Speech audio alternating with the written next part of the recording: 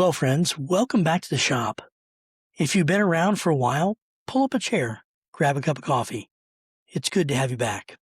If you're new here, welcome to Grace, Grit, and Grounds, where we spend a little bit of time in the woodshop and a little time thinking about life, faith, and the lessons hidden in ordinary things. Today's project is not much to look at. In fact, if I'm being honest, when I first mounted this piece on the lathe, I didn't have particularly high hopes for it. What you're looking at started out as what I assumed was another piece of cedar from a pile of logs a friend gave me. He's been supplying my addiction for bowl turning for a while now, and most of what he gives me ends up being cedar. This one turned out to be black walnut. It was definitely a surprise. I didn't realize it at first. What I did realize was that it was ugly. One side was rounded, the other side looked like it'd been through a war. There were cracks everywhere, the grain looked questionable. The shape really made no sense to me. I didn't know what I was going to do with it. And honestly, I kind of felt like it made a perfect project for today. Not too long ago, I broke my finger while turning another bowl. Now, before anybody asks, no, I'm not going to show you pictures. I'm trying to heal from that experience in more ways than one. The finger is doing better, but part of getting hurt is learning to trust yourself again. So today was not really about creating some masterpiece. Today was more about getting back in the wood shop and getting the lathe turning again. Feeling the wood shavings hit the floor. Remembering why I enjoy this in the first place. Sometimes that's enough. Sometimes just showing up is the victory. And kind of that's where I was when this bowl began. You can see I'm already finding some difficulties and troubles with it. And the shape it's just odd. Whenever you're turning a piece of irregular wood like this, you never really know what the shape's going to be. You can have an idea in your head, and if you've watched this channel long enough, you know I really like a more rounded shape. And this one wasn't going to be that. It was just a little too long, and it had enough cracks and enough imperfections in it that I was going to have to hog quite a lot of material off of this to really be useful. And I kind of started to see that as I was turning. It wasn't something that was super apparent to begin with. Actually, I've been watching a lot of videos of guys taking these kinds of logs and making a more of a live edge concept.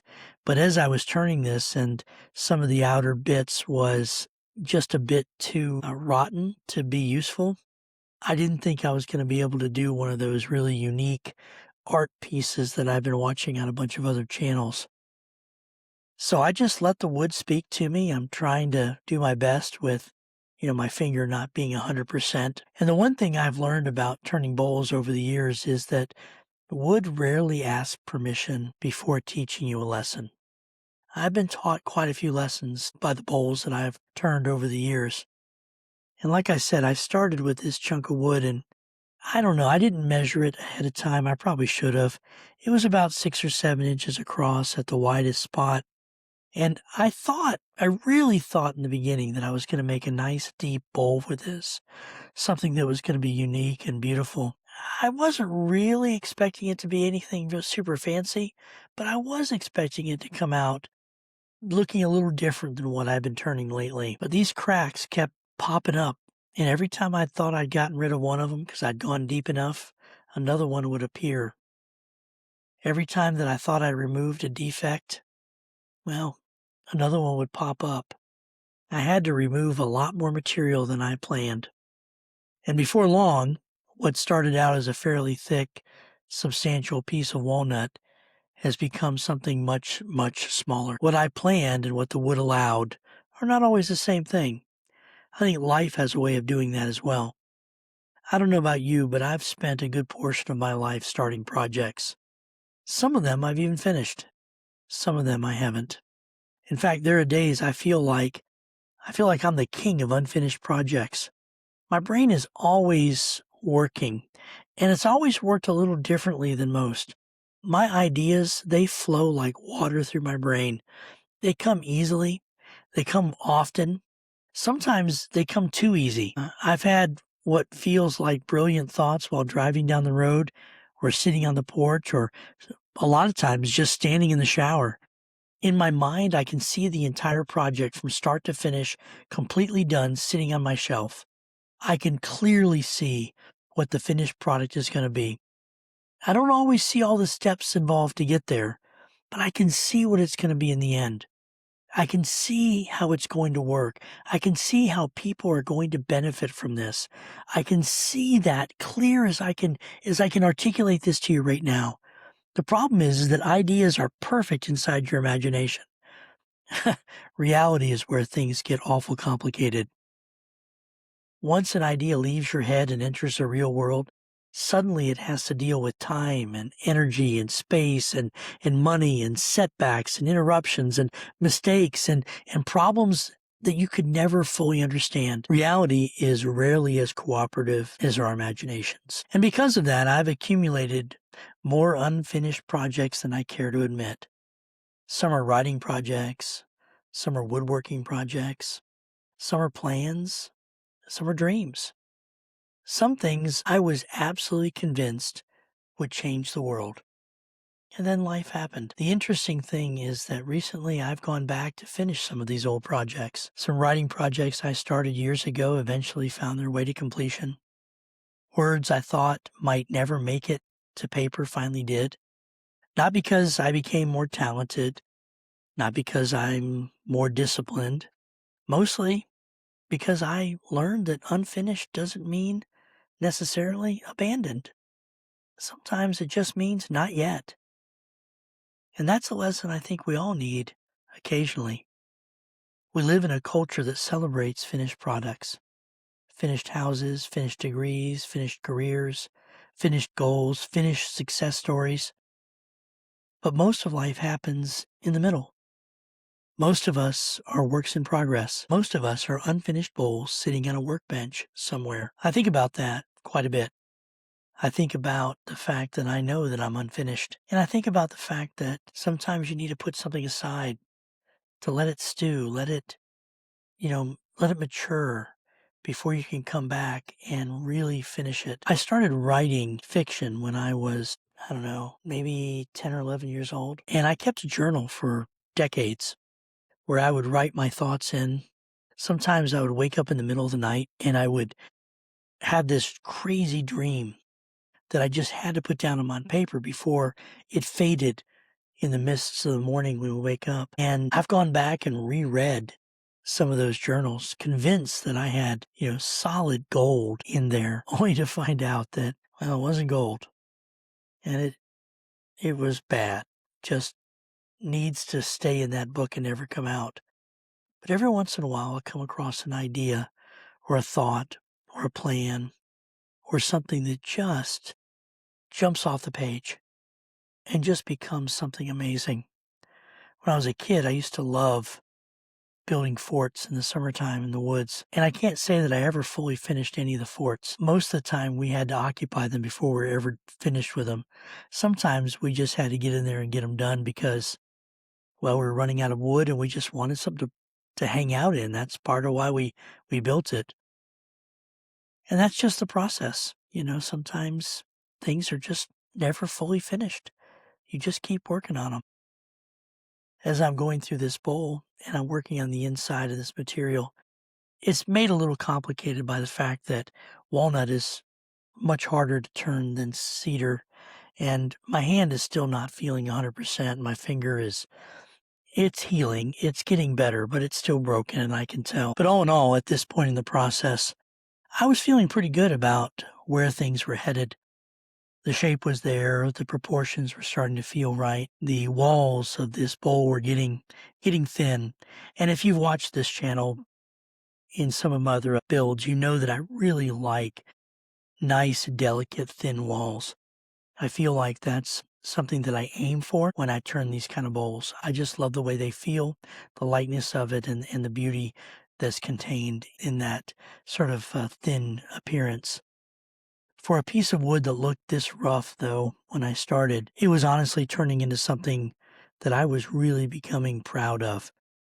It wasn't what I expected when I first started. It wasn't part of my original plan, but it was really starting to look beautiful. And I think that's usually the dangerous moment in any kind of build like this. Not because success necessarily is dangerous, but because it's a moment when we start imagining the finish line. I could already picture the oil bringing out the grain of this piece. I could already picture it sitting on the shelf. I could picture this project as being one of those pleasant surprises that turned out far better than I expected. And then the sanding started. Now, I've said this before, sanding has a way of revealing things that turning tools can hide. When the lathe is spinning and shavings are flying, your eyes are focused on shape and form, but the sanding sort of slows the process down, and you have to start paying attention to the piece more than ever before. You have to look closely at it. And when I started looking closely at this, I noticed that there were some things that I didn't really want to see. I began to see the cracks that were still there. Some of them went far deeper than I thought, and a few of them seemed determined to stay no matter what I did. The frustrating thing was that I genuinely started to like this bowl. I liked how delicate it was feeling. I liked the thin walls and the shape. It wasn't what I wanted originally, but I could see this as something that I can really be proud of in the end. I didn't want to remove more material because, well, every pass would change what the bowl was going to become, and so I had to be very careful before I dove into the whole sanding process. There comes a moment in every project when you have to stop asking what you want and start asking, what will this universe allow this piece to be? I think that's true in woodworking. It's true in ministry, relationships, life. Sometimes we become attached to our vision of how something should turn out. And we can see it so clearly in our minds that we start treating the vision as though it's already real. And then reality taps us on the shoulder and reminds us that there are still cracks to deal with. I think that's why unfinished things can be so frustrating. It's not that the work remains, it's that the work interrupts the picture we've already painted in our heads. And standing there at the lathe, staring at these cracks, I had a choice to make. I could ignore them and hope for the best, or I could slow down, pay attention, and figure out what this bowl actually needed. As it turns out, the bowl wasn't finished teaching me lessons yet. As I got closer to the end, and I started to see the problems I was running into, the grain was really starting to show its character. But those cracks, man, those cracks. Not all of them, mind you. Some of them aren't so bad, but some of them, when I was able to sand them out and I was able to get them to fade into the wood where you either couldn't see them or they just wouldn't be there, some of them disappeared as I removed the material. Others stayed with me all the way through the process. I kept sanding, kept refining, kept hoping they'd vanish, but they just didn't. Eventually, I had a decision to make. I could push harder and risk destroying this bowl, or I could stop here and deal with the cracks. I chose to deal with the cracks. So what you're watching is me taking sawdust from the very bowl that I just turned, mixing it with some super glue, stabilizing the weak spots. There's something beautiful about that. Repair comes from the bowl itself. The dust from the wound becomes part of the healing. Maybe that's true in our lives as well. Some of our deepest wisdom comes from places that once hurt. Some of our greatest compassion comes from wounds we've carried. Some of our strongest faith comes from seasons when we weren't sure we had any faith left at all. The crack doesn't always disappear. Sometimes it becomes part of the story. And that's okay. Because here's the thing. This episode doesn't end with a finished bowl. There's no dramatic reveal. There's no final coat of oil as the wood starts to wake up. No glamour shots showing off the grain. When this video ends, I'm sad to say the bowl is still unfinished. It's still sitting on the shelf, waiting for another day.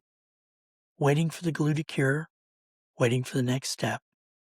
And honestly, I think that's the lesson. An unfinished product is not a failed project. It's simply unfinished. It's simply waiting. And maybe that's where you are right now.